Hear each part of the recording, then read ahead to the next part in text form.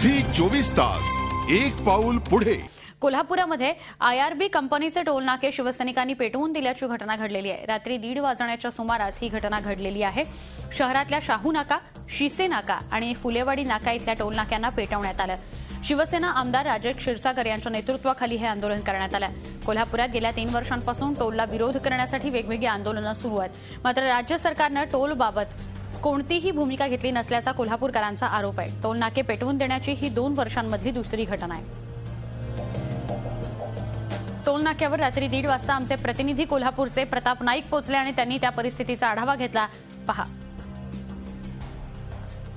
मी कोल्हापुरातल्या शाहू नाक्यावर आहे आणि या शाहू नाक्यावर असणारे हे आयआरबीचे बूथ आहेत ज्या ठिकाणी टोल वसुली केली जाणार आहे। हे बूथ पेटवून देण्यात आलेले आहेत। कोल्हापुरातील शाहू नाका असेल किंवा बावड्याचं नाका असेल किंवा फुलेवाडीचं नाका असेल, या तिन्ही ठिकाणी हे बूथ आहे ते जाळून टाकण्यात आलेले आहेत। कोल्हापूरकर गेल्या अनेक दिवसापासून टोलला विरोध करतायत, पण राज्य सरकार टोलबाबत भूमिका घेत नाही। त्याच्यामुळेच अशा प्रकारचा असंतोष कोल्हापुरातून दिसून येतोय। यापूर्वी सुद्धा कोल्हापुरातले जे टोल नाके आहेत किंवा टोल बूथ आहेत ते उद्ध्वस्त केलेले होते किंवा जाळून टाकण्यात आलेले होते, अनेक वेळा फोडण्यात आले होते, तरी पण राज्य सरकारने यावर ठोस भूमिका घेतलेली नाही आहे। त्याच्यामुळेच पुन्हा एकदा पुनरावृत्ती झालेली आपल्याला दिसून येते। आता तरी राज्य सरकार डोळे उघडणार आहे का किंवा टोलबाबत योग्य भूमिका घेणार आहे का, अशा प्रकारचा प्रश्न या निमित्तानं उपस्थित झालेला आहे। व्हिडिओ जर्नलिस्ट मिथुन राज्याध्यक्षसह प्रताप नाईक, झी 24 तास, कोल्हापूर। शिवसेना आमदार राजेश क्षीरसागर स्वतः दूरध्वनीवरून आपल्या संपर्कात आहेत। राजेशजी, गुड मॉर्निंग। आम्हाला सांगाल, आपण या सगळ्या आंदोलनाची जबाबदारी स्वीकारलेली आहे, काय याविषयी आपल्याला सांगता येईल?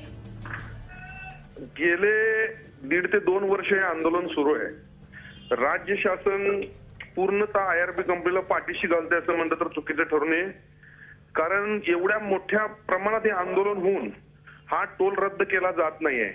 आमची प्रामुख्यानं मागणी आहे की राज्य शासनानं या कंपनीला आपले पैसे परतफेड करावी आणि नागरिकांच्यावर कोणत्याही परिस्थितीत हा टोलचा भुर्दंड बसता कामा नये। मोठ्या प्रमाणात आंदोलनं झाली, मोर्चे निघाले, टोल विरोधी कृती समितीने याविषयी अनेकदा आंदोलनं केली, पण राज्य शासन यावर गंभीर नाही आहे। कोणत्याही परिस्थितीमध्ये शिवसेना या शहरातील नागरिकांना हा टोल लादून देणार नाही। कोणत्याही परिस्थितीला विरोध केला जाईल असा आमचा निर्धार आहे। नक्की राजेशजी, खरोखर गेले 3 वर्ष आंदोलन होत आहेत। झी 24 तासने सातत्याने हा मुद्दा प्रेक्षकांसमोर मांडलेला आहे की कशा प्रकारे कोल्हापुरामध्ये टोल विरोधी आंदोलन होत आहेत, मात्र तरी सुद्धा अशा प्रकारे टोल नाके जाळून किंवा त्याला आग लावून आंदोलन करणं हे समर्थनीय वाटतं आपल्याला?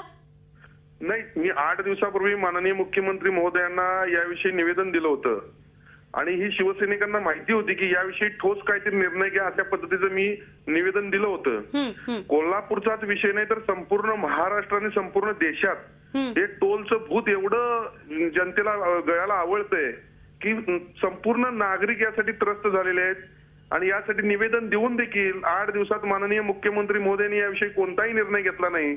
किंबहुना उलट आयआरबी कंपनीने आमच्या महापालिकेला याविषयी नोटीस दिली की आम्ही तुमच्याकडून वसूल करून घेऊ। यामुळे शिवसैनिकांच्या भावना तीव्र झालेल्या दिसत आहेत आणि त्यामुळे अशा प्रकारचा प्रसंग घडलेला ही रिॲक्शन आहे असं आपण म्हणू। नक्की, धन्यवाद राजेशजी झी 24 तासशी बोलल्याबद्दल। स्वतः शिवसेनेचे आमदार राजेश क्षीरसागर यांच्या नेतृत्वाखाली काल कोल्हापुरामध्ये हे आंदोलन झालं। 3 ठिकाणी 3 टोलनाके जाळण्यात आले। ते स्वतः दूरध्वनीवरून आपल्याला प्रतिक्रिया देत होते। झी 24 तास एक पाऊल पुढे।